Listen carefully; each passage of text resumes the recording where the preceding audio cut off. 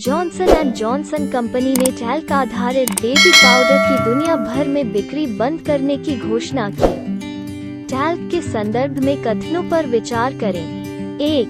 यह एक प्राकृतिक रूप से पाया जाने वाला खनिज है जिसका खनन पृथ्वी से किया जाता है। 2. रासायनिक रूप से टैल्क एक हाइड्रस मैग्नीशियम सिलिकेट है। नीचे दिए गए कूट का प्रयोग कर सही विकल्पों का चयन कीजिए।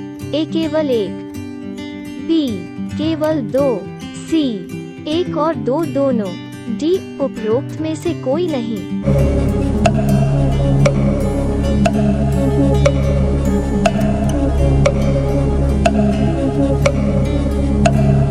उत्तर सी। जॉनसन एंड जॉनसन ने टैल्क आधारित बेबी पाउडर की दुनिया भर में बिक्री बंद करने की तैयारी की है। टैल्क एक नर्म प्राकृतिक रूप से पाया जाने वाला खनिज है जो पृथ्वी से निकाला जाता है, जो मैग्नीशियम, सिलिकॉन, ऑक्सीजन और हाइड्रोजन से बना होता है। रासायनिक रूप से टैल्क एक हाइड्रस मैग्नीशियम सिलिकेट है। टैल्क कॉस्मेटिक्स में बेबी पाउडर, मेकअप, डिओडोरेंट और अन्य पर्सनल केयर उत्पाद के साथ साथ सिरेमिक और पेंट जैसे कई उपयोग में लाया जाता है। इसका उपयोग नमी को अवशोषित करने के लिए, केकिंग को रोकने के लिए, मेकअप को अपारदर्शी बनाने के लिए या किसी उत्पाद के अनुभव को बेहतर बनाने के लिए किया जाता है। कुछ शोध टैल्क को ओवेरियन कैंसर और एस्बेस्टस से दूषित टैल्क को मेसोथीलियोमा से भी जोड़ते हैं। जॉनसन एंड जॉनसन और अन्य निर्माताओं को उन लोगों के हजारों मुकदमों का सामना करना रहा है जो आरोप लगाते हैं कि जॉनसन एंड जॉनसन टैल्क उत्पादों से कैंसर होता है। निम्नलिखित में से कौन सी समिति पश्चिमी घाट के संरक्षण से संबंधित है? 1. के कस्तूरीरंगन समिति, 2.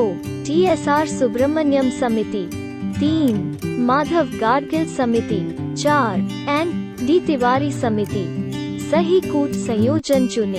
ए केवल 1, बी 1 और 2, सी 1 और 3, डी 3 और 4।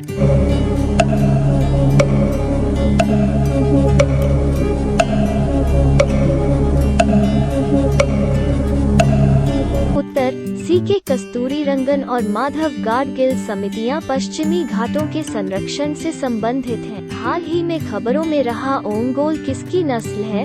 ए हिरण, बी बकरी, सी खरगोश, डी मवेशी।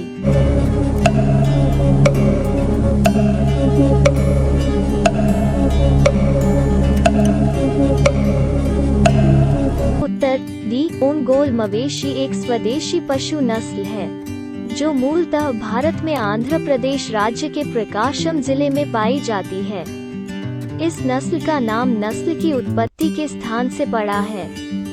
यह दुनिया भर में पहचान प्राप्त करने वाली मवेशियों की पहली भारतीय नस्ल थी। इसकी फुट एंड माउथ डिजीज और मैड काउ डिजीज दोनों रोगों के प्रतिरोध क्षमता के कारण इसकी बहुत मांग है। ये A2 बीटा कैसीन के एलील से भरपूर होती हैं, जो दुग्धपान करने वाले लोगों को वायरल और अन्य बीमारियों के खिलाफ प्रतिरक्षा बनाने में सक्षम बनाती हैं। ये अपनी कठोरता, तेजी से विकास दर और उष्णकटिबंधीय गर्मी और रोग प्रतिरोध के लिए प्राकृतिक सहनशीलता के लिए जानी जाती हैं। सरकार की नमस्ते योजना के संदर्भ में निम्नलिखित कथनों पर विचार करें और सही कूट संयोजन चुनें। 1. नमस्ते का मतलब national action plan for mechanised sanitation ecosystem है। 2. यह पूरी तरह से आवास और शहरी मामलों के मंत्रालय द्वारा शुरू की गई एक योजना है।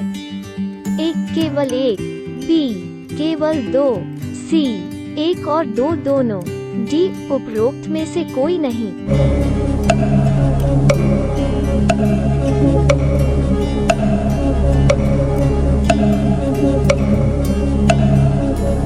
उत्तर ए आवास और शहरी मामलों के मंत्रालय और सामाजिक न्याय और अधिकारिता मंत्रालय द्वारा संयुक्त रूप से national action plan for mechanised sanitation ecosystem Namaste योजना शुरू की जा रही है।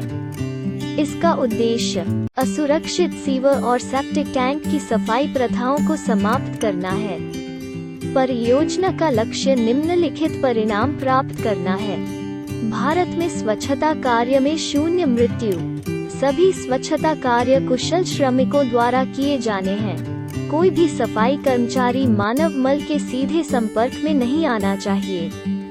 स्वच्छता कार्यकर्ताओं को स्वयं सहायता समूहों में एकत्रित किया जाना है और उन्हें स्वच्छता उद्यम चलाने का अधिकार दिया गया है। सभी सीवर और सेप्टिक टैंक सफाई कर्मचारियों SSW की वैकल्पिक आजीविका तक पहुंच बनानी है। सुरक्षित स्वच्छता कार्य के प्रवर्तन और निगरानी को सुनिश्चित करने के लिए राष्ट्रीय, राज्य और ULB स्तरों पर मजबूत पर्यवेक्षी और निगरानी प्रणाली स्थापित करना है। पंजीकृत और कुशल सफाई कर्मचारियों से सेवाएं लेने के लिए स्वच्छता सेवा चाहने वालों, व्यक्तियों और संस्थानों के बीच जागरूकता बढ़ाना।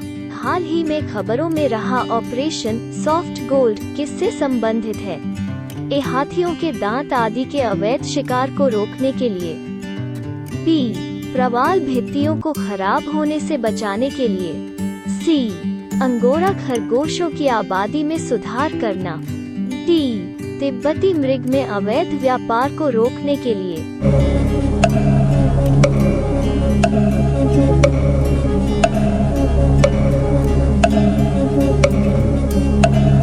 उत्तर D ऑपरेशन सॉफ्ट गोल्ड तिब्बती मृग शहतोष प्रजातियों के अवैध वन्यजीव व्यापार की ओर प्रवर्तन एजेंसियों का ध्यान खींचने के लिए एक ऑपरेशन सॉफ्ट गोल्ड शुरू किया गया है। ऑपरेशन सॉफ्ट गोल्ड की परिकल्पना और संचालन वन्यजीव अपराध नियंत्रण ब्यूरो WCCB द्वारा किया जाता है। ऑपरेशन के तहत भारतीय वन्यजीव संस्थान के वैज्ञानिकों के साथ WCCB अधिकारियों की टीम ने विभिन्न हितधारकों, बुनकरों, व्यापारियों, उपभोक्ताओं के साथ साथ आम जनता और प्रवर्तन एजेंसियों के बीच तिब्बती मृगों में अवैध वन्यजीव व्यापार के खतरे को रोकने की दिशा में जागरूकता लाने के लिए भारत नेपाल सीमा और निकास बिंदुओं पर जागरूकता कार्यक्रम आयोजित किया गया।